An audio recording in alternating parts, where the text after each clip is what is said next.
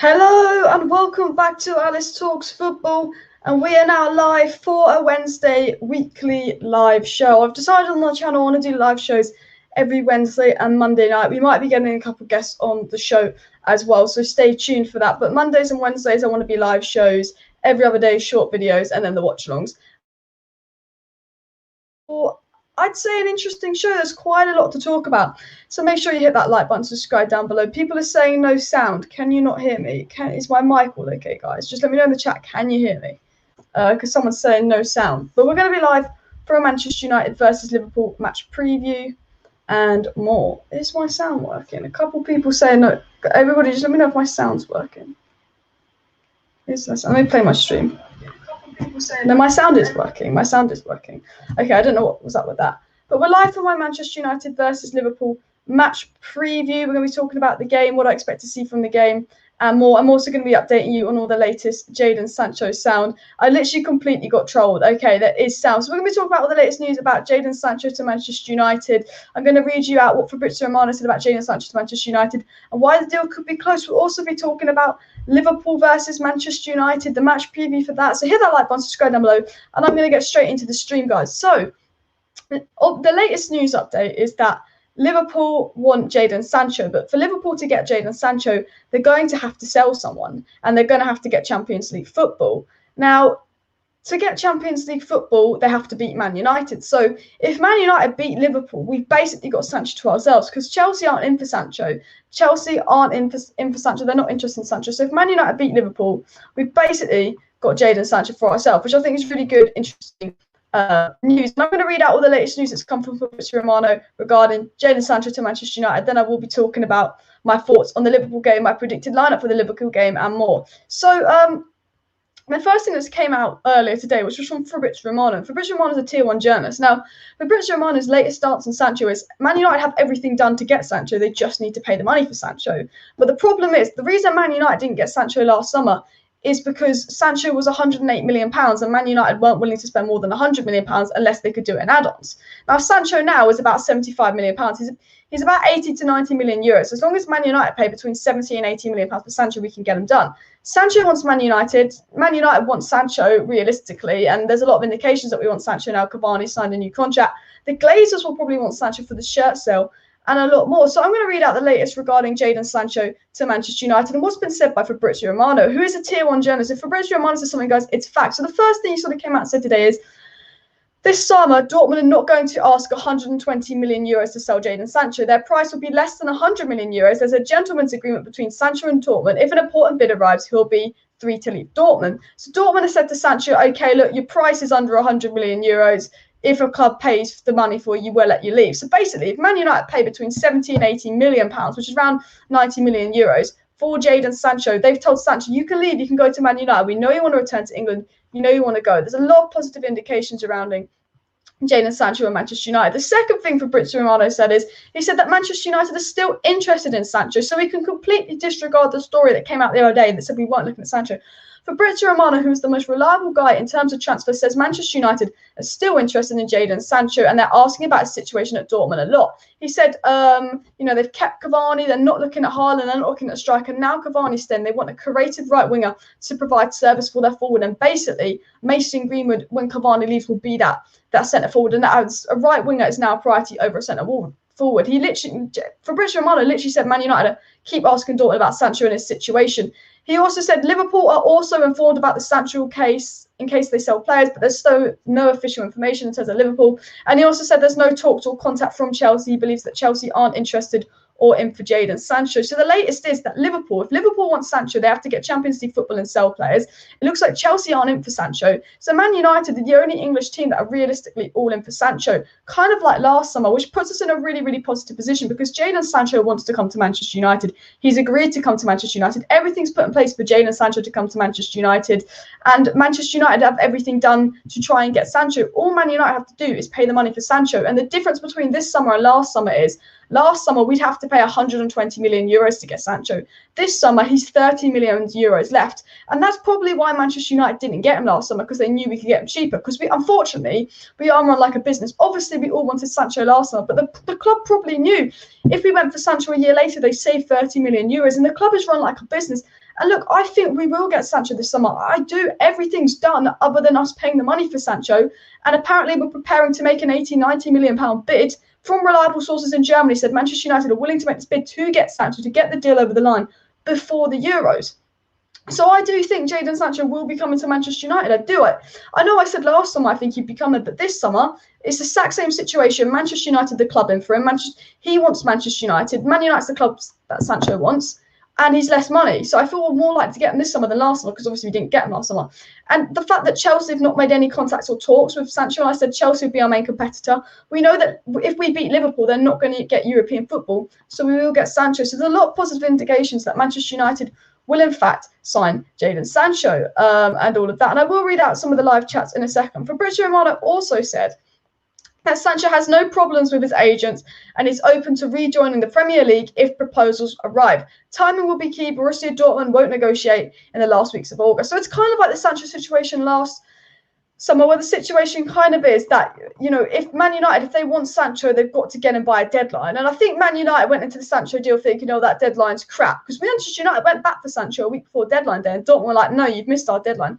If we want to get Sancho, we're going to have to get him at the start of the window. And I think this is a really good thing, because Man United leave their business to the end of the window, and it creates us a lot of problems. I think if we can get that Sancho deal done nice and early, we can focus on a centre-back, we can focus on a CDM and all of that. And basically, Borussia Dortmund's deadline is they won't negotiate in August. If you want Sancho, give us 70, 80 million pounds. You can have him for the Euros. We told Sancho, if you pay the money, you can leave. Sancho wants you. You've agreed personal terms. You've agreed wages. Chelsea aren't in for him. Liverpool realistically aren't going to get Sancho unless they sell Salah and get Champions League football. And, we can control if Liverpool get Champions League football or not. Jadon Sancho is in your hands. Man United, if you want to pay the money, you've got for the Euros. And you know what? It's a good deal for United. 70 million pounds for Jadon Sancho is a brilliant, brilliant deal. And Fabrizio Romano also said that Jadon Sancho just wants to move to a top, maybe English club. It's his desire. Like, Jadon Sancho really wants to come back to England. We obviously know he's got a great relationship with Rashford, obviously Lingard, but he's probably not going to stay. He's obviously played with Greenwood and all of that.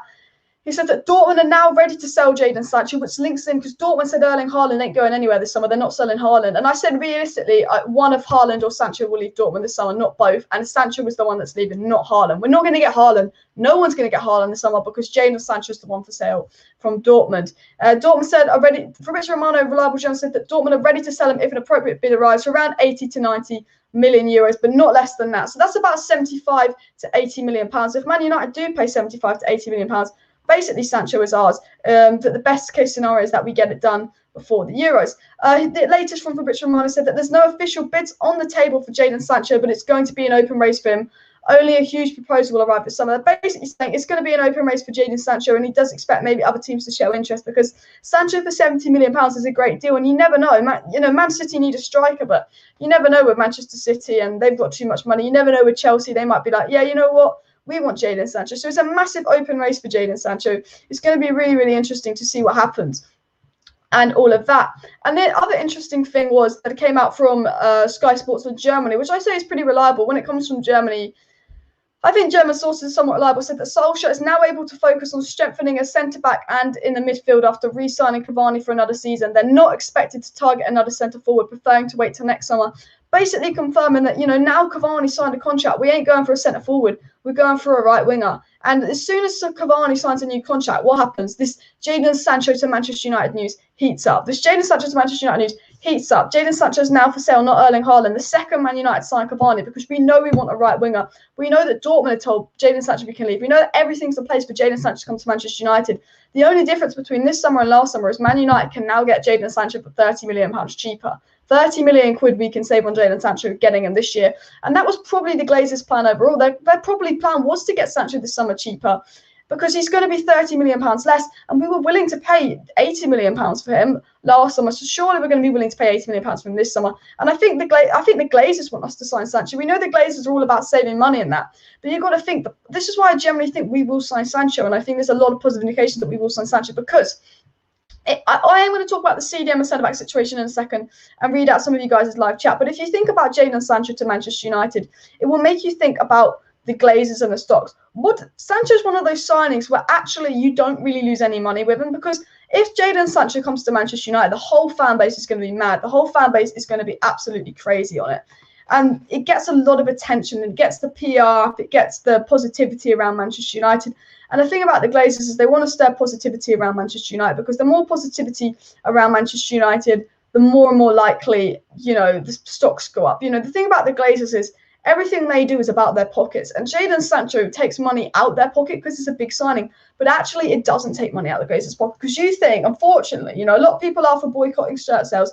But if we sign Jadon Sancho, the Jadon Sancho number 7 shirts are going to probably sell out. I know, because, you can't stop a whole fan base buying the merch. As sad as it is, as sad as that's the only way to get the Glazers out. If Man United sign Jadon Sancho, the Glazers will make their money back. I think it's Man United, to get their PR back, to get their stocks back up, need to make a big, killer, massive signing. We haven't made a big signing since Paul Pogba. I mean, Bruno Fernandes was a big signing, but Paul Pogba's our biggest signing. We need a Paul Pogba-like signing that the fans will want, and that is a Jadon Sancho, an Erling Haaland, or a Kylian Mbappe, and the most realistic of that is a Jadon Sancho. So from the Glazers' perspective, I believe that Jadon Sancho is a priority. He's that signing that's going to boost the morale, get the P up, get the PR up, get the stocks up, and all of that. Jadon Sancho is going to do a lot, give Manchester United a massive, massive boost. So I believe that the Glazers want Manchester United. I think the Glazers know that they've saved £30 million on Jadon Sancho if they buy him this year as well. So I think the Glazers see it as a win-win and say we can get the player that all the fans want for £30 million less this year. Or the stocks are down, we need that number 7 shirt selling, we need that Jadon Sancho staying. That's going to boost us. Jadon Sancho obviously wants to come to Manchester United. Fabrizio Romano, reliable journalist, has said that Jadon Sancho is now a Man United priority. Reports from Germany have said that Man United are going to go all in for Jadon Sancho. He's still the number 1 priority. Now Cavani signed a contract at Manchester United. That's official, that's confirmed. Jadon Sancho is the number 1 priority. And very, very, very reliable sources are saying that Manchester United are basically going to get Jadon Sancho. The only thing stopping Man United getting Jadon Sancho is other clubs. The only, if we pay 70, 80 million pounds, Dortmund told Sancho he can leave and go to Manchester United. And Manchester United have that money and actually offered Dortmund 70, 80 million pounds for Sancho last summer. So why won't they pay it this summer? So Jadon Sancho is in Manchester United's hands. The only thing that's going to stop Man United getting Jadon Sancho is if we get stubborn and try and get him for 50 million pounds, which realistically 70 million pounds for Sancho, one of the best young talents, got over 30 goal contributions as a bargain, or if Chelsea or Liverpool go in for him. And if Liverpool aren't getting Champions League football, let's be honest, and let's be completely bottom it to them. And Chelsea apparently have other priorities. They're not all in for Jadon Sancho. So I think Jadon Sancho to Manchester United is very, very much in our hands. Man United couldn't snap their fingers and get Jadon Sancho. We can get the Jadon Sancho deal wrapped up before the Euros. So we have the rest of the summer to see what we're going to do with Lingard, see if we're going to go for Declan Rice, see if we're going to go for a centre-back like Varane or Koundé. Manchester United have the rest of the summer to wrap up deals. And they can get this Jadon Sancho deal over the line very, very quickly. Now, there's a lot of more updates coming out surrounding Manchester United that I'm going to read out for you guys before I talk about the Liverpool game.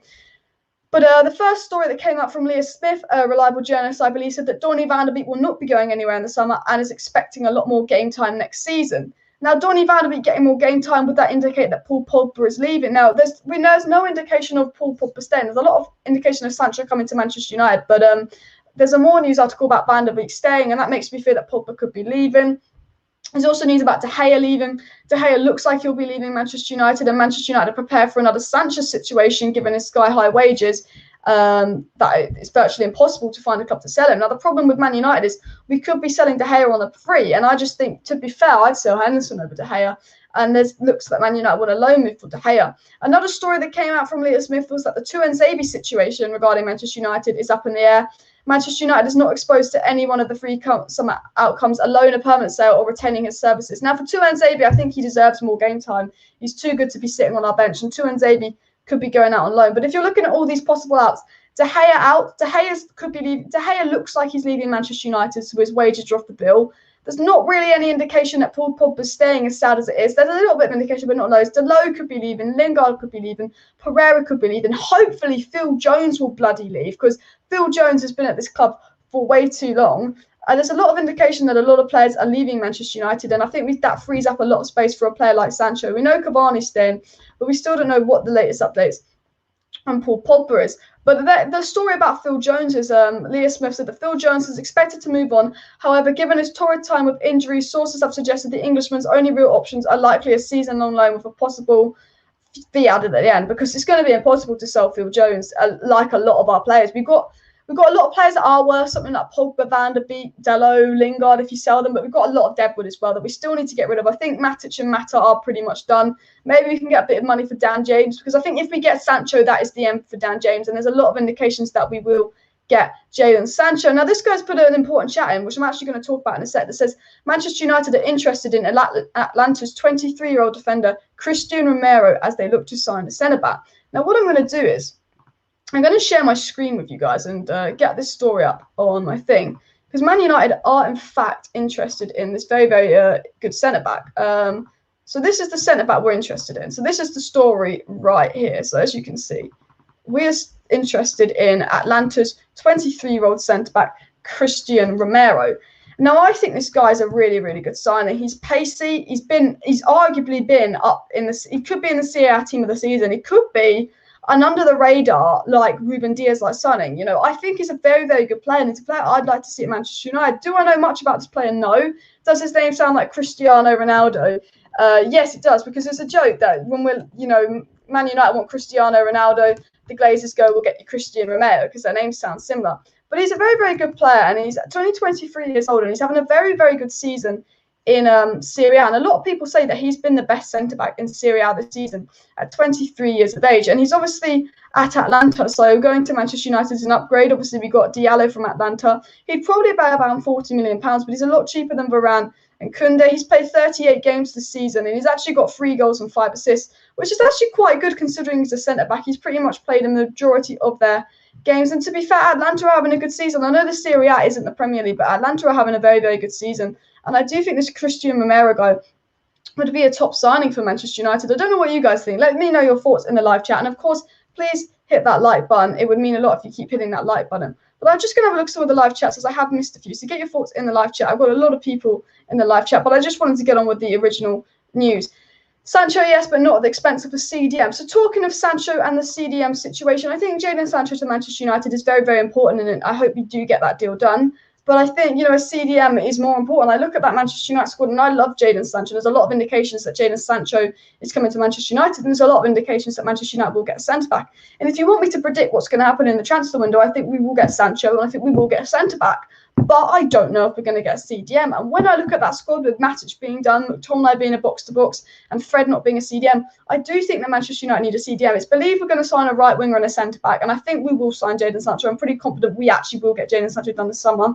But we're also probably going to sign a centre-back. And this Christian Romero guy, I'd love to sign him. He's actually a quality centre-back. I don't watch a lot of Serie A, but he has been the best centre-back in Serie A, and he's 23 years age, and he plays for Atlanta. But will Manchester United be getting a CDM? I think we will get centre-back. I think we will get Sancho. But there's not many strong indications that we're getting a CDM. There's news that Jesse Lingard is going to go to West Ham for £25 million. And I'm thinking, fucking hell, this is the West Ham team that say Declan Rice is worth over £100 million. We could sell Jesse Lingard for £40 million, or we could use Jesse Lingard and spend £50 million and get Declan Rice. Man United are in a really strong position to get Declan Rice or Wilfred Ndidi this summer, and I don't know why we aren't going for a CDM. Leicester City have signed Soumer. Soumer is a great young CDM playing for Lille that I would have taken at Manchester United. He's now at Leicester City. Leicester City have so much talent in that midfield that they could probably let Ndidi go. Yes, Ndidi would be expensive. Yes, Soumer's probably not at the levels of Ndidi. But Ndidi's available now. Leicester City have already got a replacement for him, so I feel like they're more likely to sell Ndidi. But also, Declan Rice could leave West Ham. Declan Rice wants Champions League football. Realistically, I don't think West Ham are going to get Champions League football. I think it's pretty much sealed as Man United, Man City, Leicester and Chelsea. But we could use Jesse Lingard to very much easily lower the price of Declan Rice. And I don't know why Manchester United aren't doing it. I understand why we're going for Jadon Sancho and why Jadon Sancho is a priority target. But we should be going for Jadon Sancho as well. We should definitely be going for Jadon Sancho. But yeah, a reliable source, guys, as you can see on my screen, has linked us to a 23-year-old defender in Christian Romero. He's a very, very solid defender, and he's got 8 goal contributions of 38 games for a defender, which is quite good. He's good on the ball, and he's quick. And I was doing a little bit of research on him today because I didn't know much about him, but he's been absolutely solid in the Serie A. He's been one of the key players for Atalanta, and he's quick. And I think that's really, really important. He's played a few games for Argentina as well. He's made 10 caps for Argentina, so he's getting his experience up. Pardon me. And he's been very, very solid in the last year. He does get a few yellow cards, though, I won't lie. 14 yellow cards in 38 games. He's giving me an Ander Herrera vibe. But people saying, please, Sancho to Manchester United. Yeah, I really hope that Manchester United do get Sancho. I think he'd be a good signing, but yes, again, not at the expense of the centre-back and the CDM. And for those who were just joining the stream, the latest on Jadon Sancho is that if Man United paid Dortmund 80 million quid, Sancho is theirs. Because Chelsea haven't really looked at Sancho so far this summer. Liverpool, if they want Sancho, they've got to get UCL football and settle. So Man United are the only English team that are really all in for Sancho. And Sancho wants to come to England. So Man United is Sancho's first choice club. Like, Sancho wants Man United, and Man United needs Sancho. The Glazers need Sancho because they almost make their money back if they sign Sancho. Signing Sancho this year because he's £30 million less than last year is actually a win for the Glazers. As much as you want the Glazers out and stuff, and I will talk about Glazers out because the protest is tomorrow, and I will be doing my match preview for tomorrow's game. But the Glazers will want Sancho because Sancho, yes, will cost them £80 million, but he will make them all that money back in the PR spin, getting the fan base up, getting the stocks up, getting the shirt sales. Jadon Sancho will make the Glazers money. And from a Glazers perspective, who don't like to sell money, I still think they will want a player like Jadon Sancho to turn it around for Manchester United. Everybody get your live chats in down below. Hit that like button and subscribe if you're new. This Leicester fan said he's glad that Maguire went to Manchester United last summer. We have Soyuncu. I rate Soyuncu, but I think Maguire is better personally. But I do think Leicester definitely won getting Maguire for 80 million. If Maguire was 40 million, I'd be saying good win. Maguire's a £40 million player, not an £80 million player. Glazers out, Glazers out. We will be discussing the Liverpool game and the Glazers out match preview. So get your thoughts in for the Liverpool game, what you expect to see, and all of that. We will be talking Glazers out and Liverpool. And they need to get Sancho over the line, a top CDM and centre-back, and they can sell F off. Exactly. You know what? Sancho, top CDM and centre-back is exactly what Manchester United need. And a lot of people think Sancho will come. I think Sancho will come. I do. I think we're in a position where we almost have to sell Sancho, but I just don't want to go off on that. All Man United are going to get Sancho train. All Man United are going to get Sancho train because we know where that left us last season on the whole Jadon Sancho train. But to be fair, I do think Man United will get Sancho because it's a PR move for the Glazers. It's a PR move for the board. But it's just so many indications that Man United are going to get Sancho. So to be fair, it's so much. I just think we will get Sancho, and I hate saying that because obviously I said last time I thought we'd get Sancho, and we didn't get Sancho. But I think we will. The question is, will we get a centre back and CDM? Because Cavani said we now know that Jadon Sancho is a number one priority, and we know that Christian Romero is a centre back we're looking to get. And this has come from Sky Sports Germany, reliable source. They've said that Manchester United have made the signing a part of a Harry Maguire priority this summer, and Christian Romero is high on the list, including Lil Sven Botman and Jules Koundé. And he's saying that is what the Manchester United priority is, and this has come from Sky Sports Germany. So it looks like Man United's priority is Jadon Sancho and a top centre-back to partner Maguire. I think that is generally what Manchester United's priority is, not a CDM. But it'd be really, really interesting to see where that goes. Everybody keep hitting that like button and subscribe down below. Sancho. They won't get the Sancho deal done quickly because if they do, there's pressure to sign a CDM and centre-back. You make a good point. Borussia Dortmund said, we'll sell Sancho to you, but we want to sell Sancho before the Euros.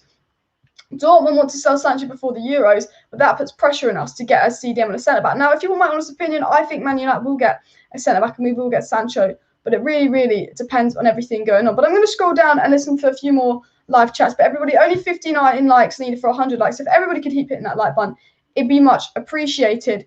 This guy says a defender from Atlanta will get the same treatment as Ahmad and Donny. That's the thing. I think this defender we've been linked to is absolutely brilliant. I'm a massive fan of Christian Romero. I think he's a good option at centre-back. I would rather have him over Botman. But I think Jules Koundé, if you sign Jules Koundé, he goes straight into the first team. But the thing with Jules Koundé is he is about 70, 60 million pounds.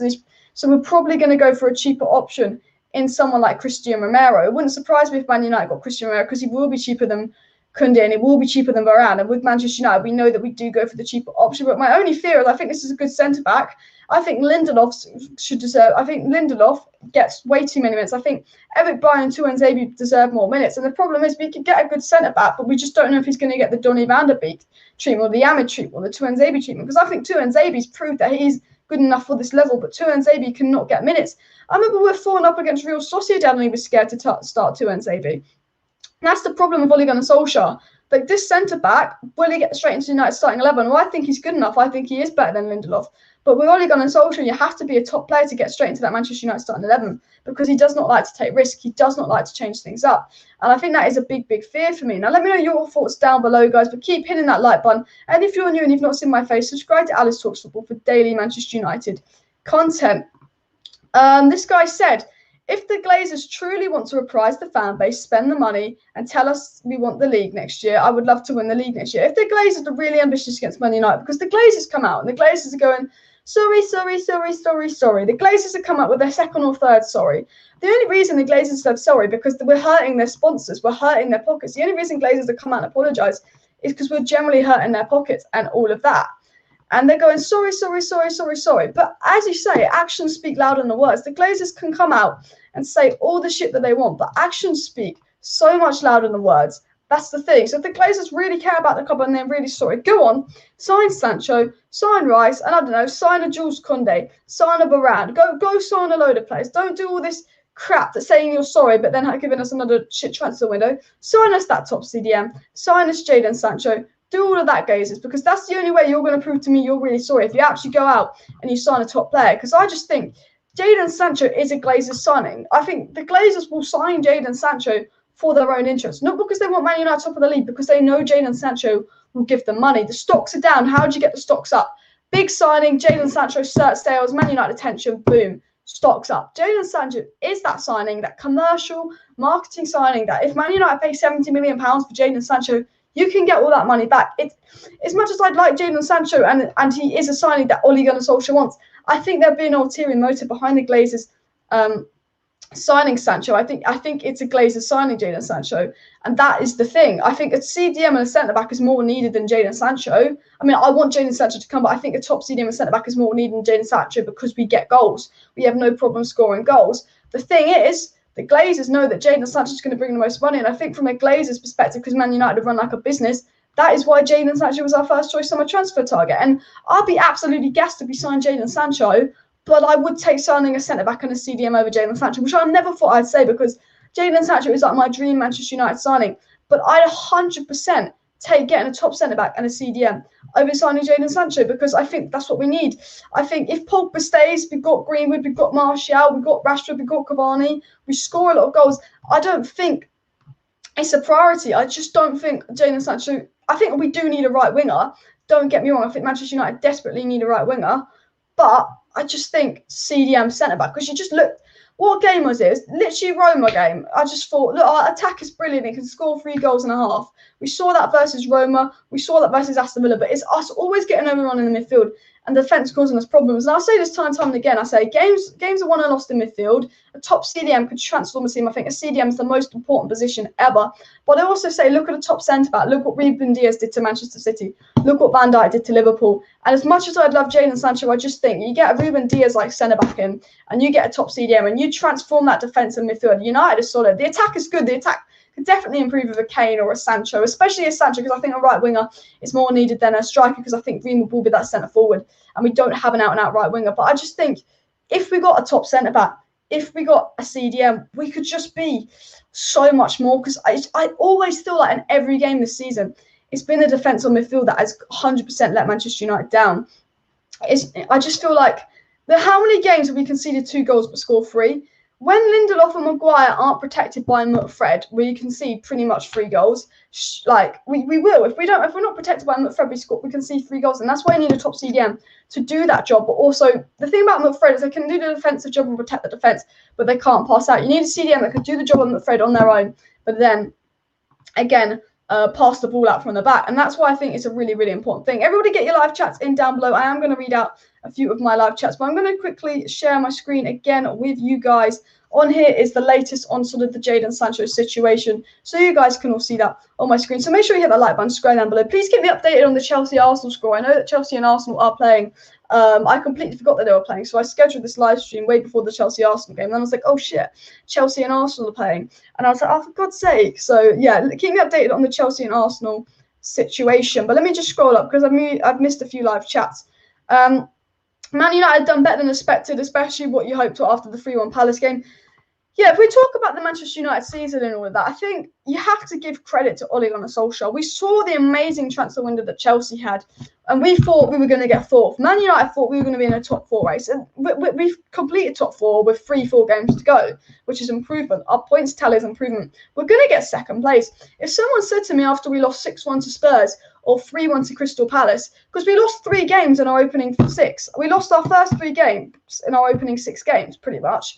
You know, we lost to Arsenal, we lost to Spurs, and we lost to Palace in the first 2 months of the season. If someone had said to me, Man United were going to get second back then, I would have absolutely been gassed with it. So, second in Europa League final, I think, is absolutely awesome. Nick Morris says we should try and sign Basuma, even Kessie, as he was damn good for AC Milan against us. That's the thing. There's so many good CDMs out there. Even if we can't get the likes of Ndidi, even though Leicester have got Suma, I think Ndidi could be available. Even if we can't get Declan Rice, even though we can use Jesse Lingard to lower his price. The thing about Declan Rice is even if we use Jesse Lingard to lower Declan Rice's price, Man United still have to pay £50 million. And all indications is that Man United see a priority as a right wing and a centre-back, not a CDM. As much as us fans want a CDM, Man United don't see that as a priority. They want a right wing and a centre-back. But I think we are in a situation where there's a lot of CDMs on the market that Manchester United could sign. I know that the priority is Jadon Sancho and a centre-back. So I doubt we're going to go for Declan Rice because he will be 50 million plus Lingard. But you've got to think Basuma, maybe use James Garner on loan or Brandon Williams on loan as part of that deal. You know, Kessie for AC Milan was brilliant. You've got Sakari in the Bundesliga.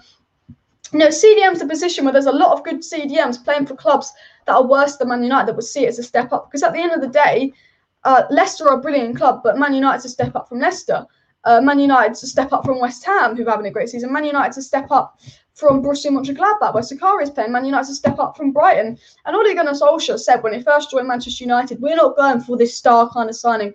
We want players that are young, exciting, not Galactico-like signings, but see Manchester United to step up so we can build a good squad. Players that want to come to Manchester United. Because Ole Gunnar Solskjaer said Manchester United's problem in the past with transfers was that we often signed players that didn't want to come to Manchester United, just wanted to come for the money. Now Man United approach transfers where they only sign players that want to come. So the thing about Man United is we're only looking to sign players that want to come to Manchester United. Hence why we didn't get Dybala the last summer, you know, and we waited and then we got Bruno Fernandes. Jadon Sancho wants to come to Manchester United. Jules Koundé would want to come to Manchester United. I'm sure Botman would want to come to Manchester United. I'm sure Romero would want to come to Manchester United.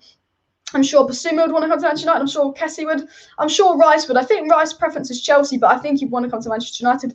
And to be fair, no disrespect to Leicester, I think Ndidi would want to go to Manchester United. So Man United could definitely get a CDM this summer. The only thing that worries me is that a CDM is not Manchester United's priority.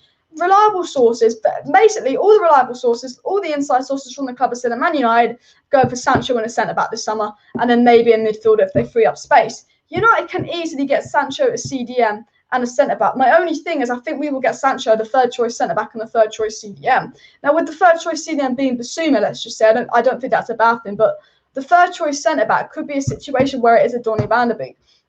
And my only fear is we get Sancho, brilliant. Sancho's coming to Manchester United, looks like we get Sancho, brilliant.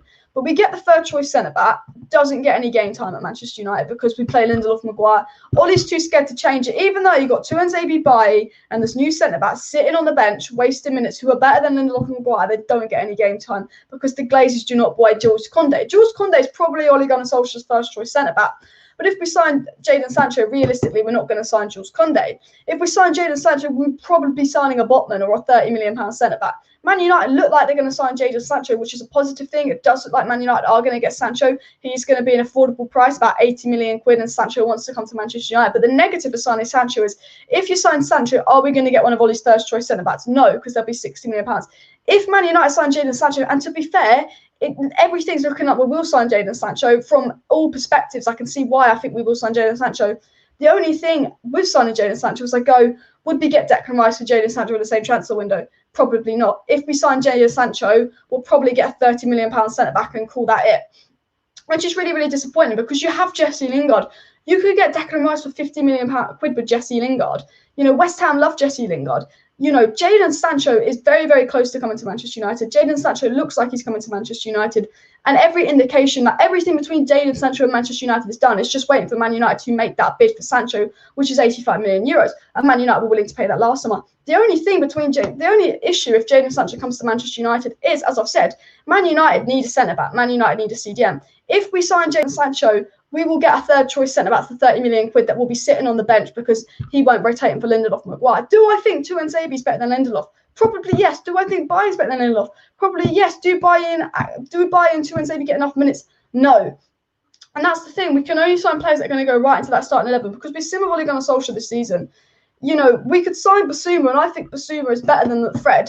But say Ole Gunnar Solskjaer's first choice is Rice, his second choice is Ndidi. If he signs Basuma, will we be playing Fred with Ole Gunnar Solskjaer? That's my only fear. Nick Morris said he would take Camavinga. I would take Camavinga too, but again with Camavinga, I think he's one of those players where I don't see him getting minutes over McFred, and I think he's better than McFred, but it's one of those situations with United. And Romero is a Juventus player that's actually they would keep him for sure. Yeah, I was going to say I was pretty sure he was on loan, but I didn't know for sure. A defender from Atlanta would get the same treatment as Amad and Dolly. So you see, we're going for Jadon Sancho. Jadon Sancho's close. We could likely get Jadon Sancho before Euro 2021. But once we get Jadon Sancho, that is most of our transfer budget done. So the centre-back we're going to get is going to be a centre-back to sit on the bench. Only 59 likes needed for 100 likes to go. So if everybody could keep hitting that like button, hit that like button for Arsenal being Banter FC, and hit that like button for Glazers Out. We will be talking about the Liverpool game. My predicted lineup is along the bottom. So make sure you subscribe if you're new to Alice Talks Football. And if you've not watched my channel before, make sure you subscribe because I'm doing a Manchester United versus Liverpool watch along tomorrow. But we're talking about the latest news, Jadon Sancho, and I'm reading out some live chats. I'm going to be discussing a lot of your live chats. So stay tuned, put some live chats in because I will be answering questions talking about Man United, Liverpool, Sancho, and more. They owe us at least Sancho after trying to turn us into a Super League. Exactly. The thing with the Glazers is, I said this again, I don't want to repeat myself too much in the stream, but Sancho signing Sancho helps the Glazers because the Glazers' pockets have been hurt. The stocks are down, the sponsorships are down, the shirt sales are down. If you sign Sancho, PR goes up, stocks goes up, shirt sales go up, Glazers' pockets goes up. Yes, Sancho will cost us £70 million, but the Glazers' pockets will go up. And I think the Glazers are telling Man United to get Sancho. It wouldn't surprise me if the Glazers are telling Man United to get Sancho, even though Rice and maybe Jules Koundé would be a better signing than Sancho. I think the Glazers are telling Manchester United to get Sancho. Now, Bits and Bobs has just joined, so I'm going to invite Bits and Bobs to the screen. Are you there? Hello? Yeah, right? Can you hear me? Can you hear me? We're just talking about football training. No worries. Yeah, we're just talking about Jadon Sancho to Man United, and is that a Glazers signing to get the sponsorships up, the shirt sales up, and all of that? 100%. Obviously, they want to do something good, but to be honest, it's a season too late, isn't it? Let's be honest. They should have bought him last summer, sorry. If we get him, that's cool, but for me, it's a season too late. You know, okay, you get him, so what? We need a DM. You know, if they went out and got Declan Rice and Sancho, then, you know, maybe we can stand them for one summer, but until then, I'm not really interested, to be honest, you know, because, listen, yes, he solves the right winger, but still, though, you know, the priority should be a DM. You know, look at Ndidi last night. Do you know what I mean? You saw the difference around the park. Second or third choice midfield. Yeah. Exactly. That's what I was talking about, because I was talking about Man United look like they're going to get Sancho this summer. There's a lot of indication that we will get Sancho, but we can't get carried away with it because we all thought we were going to get Sancho last summer. But the difference between Sancho this summer and Sancho last summer is Sancho was £30 million cheaper. And I just think the Glazers would want Sancho as that Galactico signing. I say I'm happy to get Sancho, but I was just saying I think if we get Sancho, we won't get Declan Rice. And we want Sancho in a centre-back, it's looking like. But I think if you get Sancho, that centre-back won't be one of Ollie's first choice. It will be a £20-30 million centre-back. And I just is getting Sancho almost a bad thing because maybe a CDM and a centre-back is more of a priority. That's what do you think? Do you know what it is? It's just typical Man United, isn't it? You know, it's like the most obvious signing is always the last resort. You know, it's like when Mourinho wanted a centre-back. No, we were leaking goals and then we went and bought a centre-back. We seem to be a year behind. Someone suggests something, 12 months later we go and do it. You know, it was obvious Jadon Sancho was #1 target. All we had to do was just pay the money, you know. And it makes you annoyed though, isn't it, that they didn't want to budge over a few million, but they were happy to go towards a Super League to get more money, but they don't want to part with it, obviously, to make more money. Listen, a DM is the most priority. I think majority of Man United fans will want that because we need it. McFred cannot carry on. We're not going to win a 100% league with McFred. That's the thing. Okay? I can hear you all fine. That's the thing. I think the thing is, if you get Sancho and we say we do get a CDM, it's not going to be an Ndidi or a Rice. If we're going to get a CDM, it's going to be some unknown £50 million player with knowing Man United. And I just think the problem is, you know, if we get a third or fourth choice signing, even if it's a good CDM, look, Fred will probably play over it. Like, I think Axel Tuanzebe was brilliant for Leicester last night, but Lindelof, Maguire are always going to play over him. So I think if Man United get a CDM and a centre-back, it also has to be a big CDM and a centre-back. And Man United need to get a good CDM and a good centre-back this summer. If we get Sancho a good CDM and a good centre-back, I'm happy. But if you get Sancho, you're realistically getting your third or fourth choice CDM or your third or fourth choice centre-back. And I got a comment saying that, like, because Leicester have now signed Sumer from Lille, was a good young CDM, and they've now got Ndidi, Yuri Tielemans, and Sumer in them, that midfield. And I think any one of those midfielders is better than McTominay and Fred. So I think, and I say that games are won and lost in midfield. It's one of my things that I say a lot. Go on. Yeah, agreed with you. And the thing for me, like you said, do you know when you think about Man United, there's not a plan or a process. You look at Man City, you look at Chelsea, even. You know that there's a plan. Do you know what I'm saying? Like, they know. Like, yeah. I tell you right now, Fernandinho will be leaving, but I tell you what, watch, Man City will just go pluck out. They'll probably just buy Declan Rice because they're like, yeah, we can get him. You know, that's the difference. There's always a contingency plan. Like you said, McTomo, McFred, and Fred. Listen, they've played well in certain games, but that doesn't win you a league. You know, why do we play with two DMs? Exactly. Look, we talk about creativity. We can create, but at the end of the day, not with McTominay, McFred. We're not going to win anything with them. Alice, by the way, my phone might die, so if it does, I do apologise. As soon as I get home, I'll go on the laptop. Yeah, no worries. I could just bring you in and out the stream when you want. So just, that's all fine. But yeah, I just think I'm a big fan of CDM. I think CDM is one of the most important positions on a football pitch as well. And I just think, I looked at how many games this season have we scored 3 goals, but we're always going, oh, the defence and the midfield were crap. You know. Exactly. But if we just need. If only Matic was 4 or 5 years younger, do you know? 100%. Listen. I think we all know football here, and we all know a CDM is very vital to have that spine. Okay, we know Lindelof and Harry are always going to play. We know Bruno's going to play, and well, who knows who's going to start centre forward? I've agreed with the Cavani, but it's critical to have that DM, a strong spine. You know, we used to have it with Rio, Vidic, Carrick, Scholes, and then obviously Ronaldo up top and stuff, and even Rooney up top. So we used to have it all strong teams. If you have a strong spine, you're always competing for the league. And until we do that, we're not going to compete. We're kidding ourselves right now. You know, look, Man City just won the league. You know, look at the structure they have. You know, and I would say this as well, Alice. Need to see what Man City done before they went and bought the players. They got in the executives, the directors, the football technical, whatever people, and then they bought some like Premier League proven players. Then when they got Pep, they started getting all these players, and then obviously we know what Pep can do with any player. So we need to get structure, and then obviously get the DM. Like I'm neither Ollie in or Ollie out, but I just think with the tools he has right now, I mean the Europa League finals, they'll probably what we should expect, to be honest. You know? Yeah, we should win the Europa League. Oh, 100%. 100%. If we don't win that league, that title, I'll be I'll be fuming. That way. I don't rage, like, you know, you see a lot of YouTubers rage and stuff. I don't really rage when Man United lose. I'm just like, oh, for God's sake, you know, blah, blah, blah, blah. But if Man United bought the Europa League final, my match reaction's just going to be like pure, like, this is Villarreal. They couldn't score against Arsenal in the second leg. You know, I would be fuming. Exactly.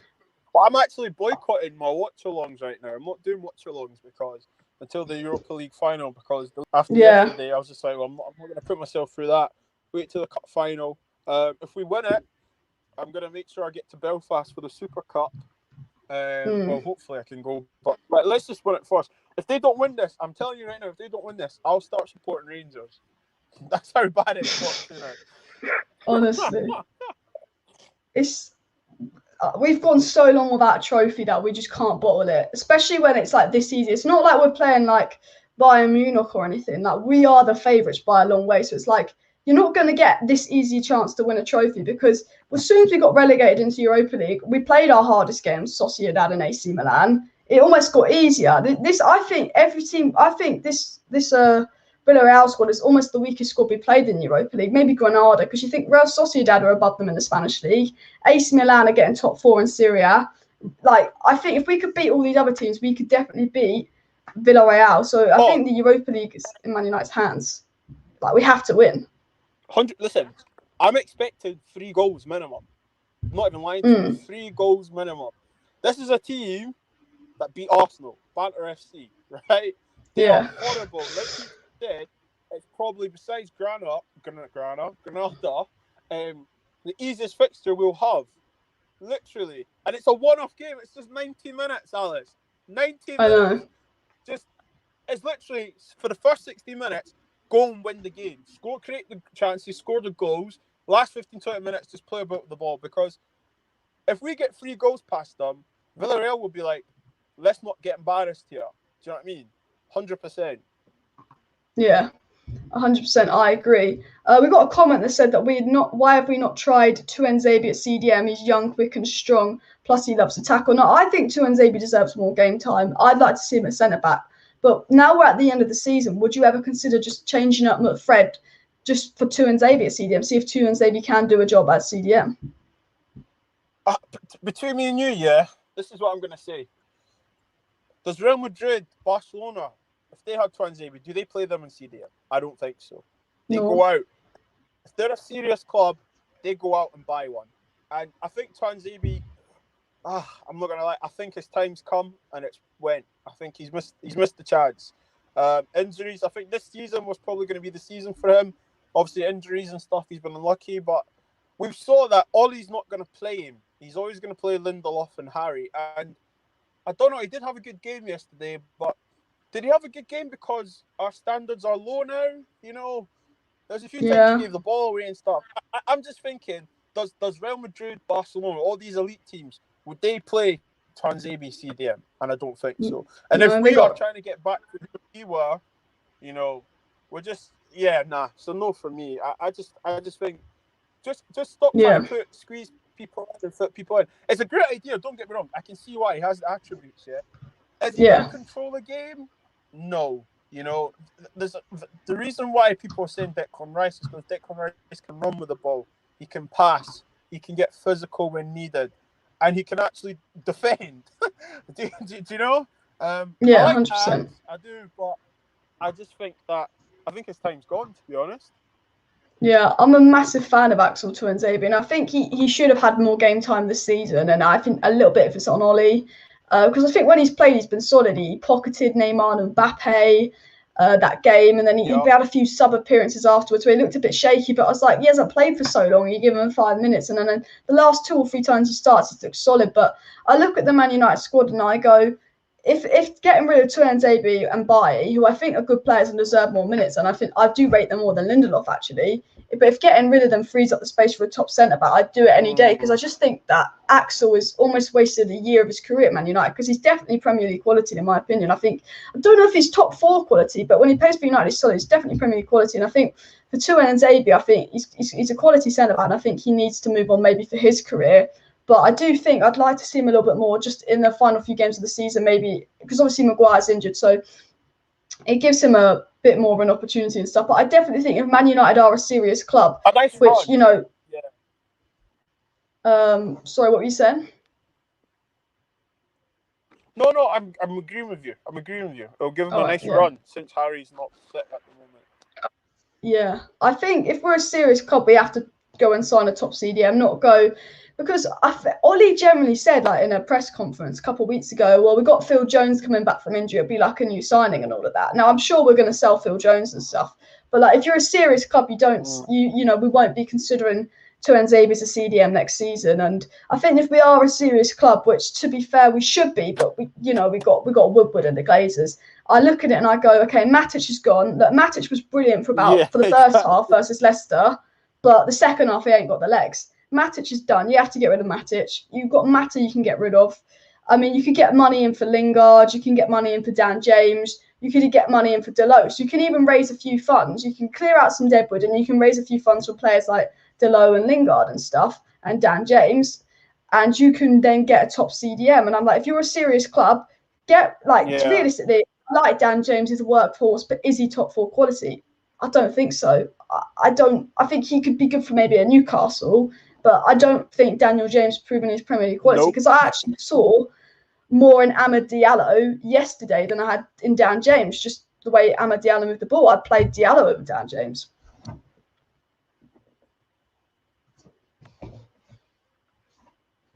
Yeah, 100%. I'm with you on that. I mean, I think we saw with Diallo that Diallo's more technical. He's happy to take the ball in tight areas. He's got trickery. He's like Dan James. He's fast and stuff. That's fine, but it's all right to be fast and athletic. But what are you going to do when you're on the ball? And I think we saw with Diallo got assist on his home debut. I think we just need to trust these players. What I don't understand, right? And I'm just going to say this before my phone. Apologise for this. That Fergie, if you were good enough, didn't matter how old you were, right? And why have we got this player to not play him? I don't understand that. You know, like, we saw 100%. What he could do. We've seen the news of him in the reserves and stuff. Like, the opposition doesn't know anything about him. I'm sure he'll be fearless. He'll be like, yeah, I'm just going to try. We can't win the league. You know, play him more often. And we forget that he actually scored an important goal for us on the way to the final league. You know, when he came off the bench and he scored that header. 100%. He's good. Like, you know, scores against AC Milan, gets an assist against Leicester. It's not like they're League One teams as well. Hello? Yeah, I can hear you. Can you hear me? Hello? Guys, can everyone hear me? Yeah, I hear you. I think Bits and Bob's phone's cut up, but I can hear him. But talking of Amad Diallo, I just think, you know, Man United have subbed off like players. They subbed off Amad Diallo versus before Matisse. No, I'm just going to quickly.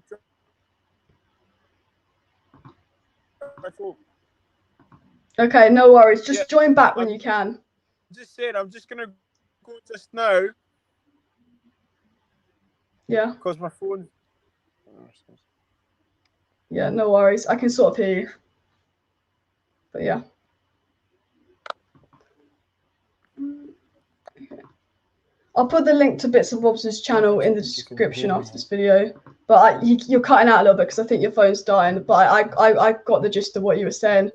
But talking of Amad Diallo, guys, I think the thing about Amad Diallo is he should be playing more minutes. So we're 4-0 up against Granada and aggregate. Man United bring on Mata. Man United take Diallo off before they take off Mata yesterday. I think Amad Diallo is a youngster that we spent money on, and I don't know why Dan James and Mata are getting all this game time over him, because I just think, you know, £35 million signing and all of that. Everybody, please hit that like button, subscribe down below if you are new, and all of that. We've got a comment that says, I think no one other than Varane and no one other than Rice will replace our current players. Knowing Oli, he will have his favourites, which I think is a good point. Again, I think with Manchester United, I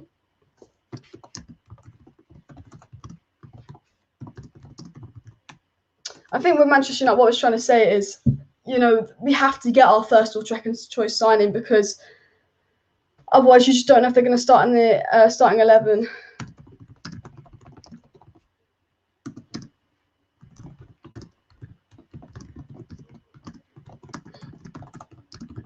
I'm just trying to this on Twitter, guys. Sorry. And all of that. But sorry about that, guys. But yeah, I think the thing about Manchester United is if we don't get our first choice sign and we sim with Oli, then they're not going to get into the starting 11, which I think is a shame, and all of that. And I do think that's why, yeah, we have to get Sancho. But say we do get Sancho, and if we get Sancho over the line, that's an amazing signing for Manchester United. But if you get Sancho over the line, you have to, and you want to get a centre back, you still got to get a centre back that you're going to pay. There's no point spending £30 million on a centre back for it to be Donny van de Beek 2. If you get Sancho, I still think Manchester United need to go for that £30-40 million centre back rather than someone like because there's a lot of good centre backs out there. I think Pau Torres could be a Donny van de Beek. I think he's a good centre back, but I think he could be a Donny van de Beek. I think Jules Koundé and Moran are the two centre-backs I think Man United could sign and they get in the starting 11. But I think there's a lot of centre-backs out there that could be a Donny van de Beek type signing and all of that. And that's my only fear. That's my only fear, guys. Declan Rice is the one we need for CDM. Use Lingard as bait for West Ham. Yeah, I agree. I think Declan Rice would be a top CDM and we should use Lingard as bait. The only thing Lindelof has over Bailly is that Lindelof can stay fit and play day in, day out compared to Bailly. That's the only thing. I think Bailly, again, wasn't great the other day, but he doesn't look matched up. But I think on his day, when fit, Bailly plays better. And I think Bailly makes Maguire look better. I think Maguire's best games have been with Bailly. This comment says Andres Pereira, Chong to be sold as well. Bits and Bob should be joining back the stream in a minute. He's just lagging out a bit. I will just keep you updated on that. But I will put the link to his channel in the description. I can't see Power and Brady letting Rice go for anything less than 65 million / add-ons. That's the thing with Rice. We could be priced out a Rice move. I think if you get Sancho, you're going to be priced out a Rice move. And it looks like we're going to get Sancho, especially because Sancho and centre-back is the priority, not CDM. So I think realistically, if Man United gets CDM, we won't be spending any more than 30-40 million pounds on the CDM. Because I just think that, Rice is the priority. Not Rice, I think Sancho is the priority. We know that Sancho is the priority and all of that. But yeah, hi Alice, I subbed to both channels of yours. Yeah, thanks everybody who's watching the stream. Make sure to subscribe if you're new. We're doing a watch along for Manchester United versus Liverpool tomorrow and all of that. But yeah, this comment says, get Sancho, get Rice, get Van der Beek in a designated role midfield. That's enough quality. Exactly. I think get Sancho, get Rice, use Van der Beek more. And get a centre back. And I think Van der Beek's a player that would actually get more game time with a top CDM, which you might think I'm crazy because if Man United get a top CDM, that's one more midfield position for Van der Beek to compete with, you're probably thinking. But then on the other hand, if Man United get a top CDM, that means it frees up Van der Beek to play in that box-to-box role because I think as soon as Man United get a top CDM, one of Fred and McTominay is going to be out. And, Van der Beek's more of a box-to-box than Fred and McTominay. I think once Man United get a top CDM, we'll be using Fred, McTominay and Van der Beek as a box-to-box. And I think when it comes to a box-to-box, Ollie will trust Van der Beek more because Van der Beek is a box-to-box. Whereas I think McTominay is a box-to-box as well, but Ollie trusts McTominay and Fred more in the pivot. But I think if you get a top CDM, it will help Van der Beek. Only 36 likes needed for 100 likes, guys. So please hit that like button. This guy says, another attacking option at right back to compete with Wan-Bissaka is said to be Manchester United, thinking of Kieran Trippier and Max Aarons, both high-list in the position. Yeah, I agree. I think we're similar what Alex Telles did to Luke Shaw, so I'm happy to get a right back as long as we're not breaking the bank for a right back. Because I think Delot's going to go. I think Williams is going to go on loan. I think Tuanzebe looks like he could leave or go on loan because he's too good to be sitting on the bench. He's a young lad. He's wasting his career on the bench.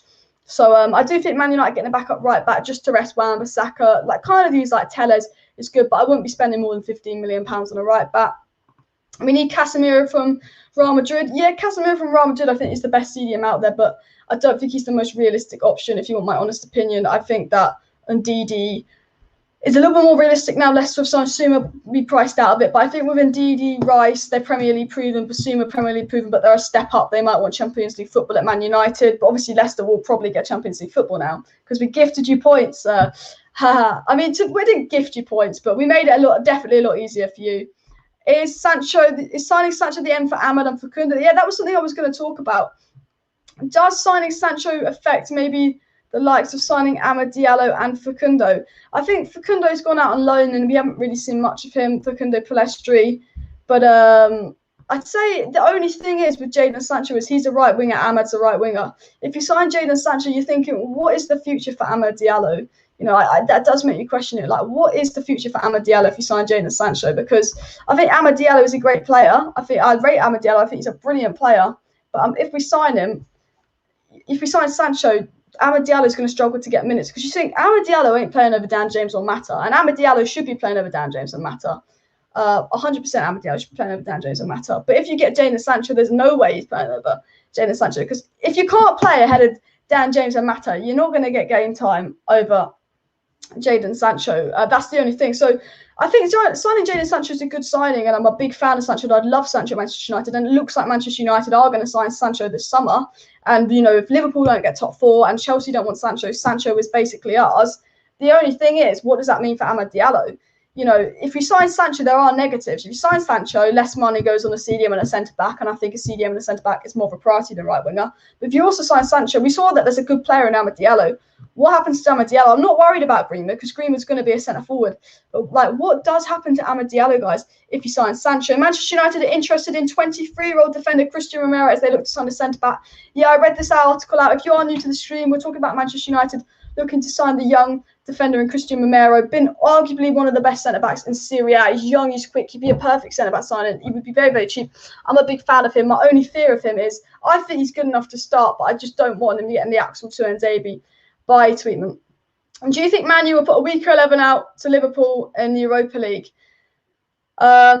I think Man United will put their strongest 11 out. If you see the banner at the bottom of my screen, I said my prediction is Henderson, Wan-Bissaka, Lindelof, Bailly, Shaw at the back, Fred and McTominay with Bruno, Rashford, Pogba and Cavani. That is my predicted starting 11 for the game against Newcastle. But what I'm going to do is I'm going to get on my screen 1 second, guys. I'm going to show you my predicted 11 versus Liverpool because basically everyone that started versus Leicester won't start versus Liverpool, and I think Mason Green will be on the bench looking to come on. But I think we basically know how the Liverpool lineup's going to go.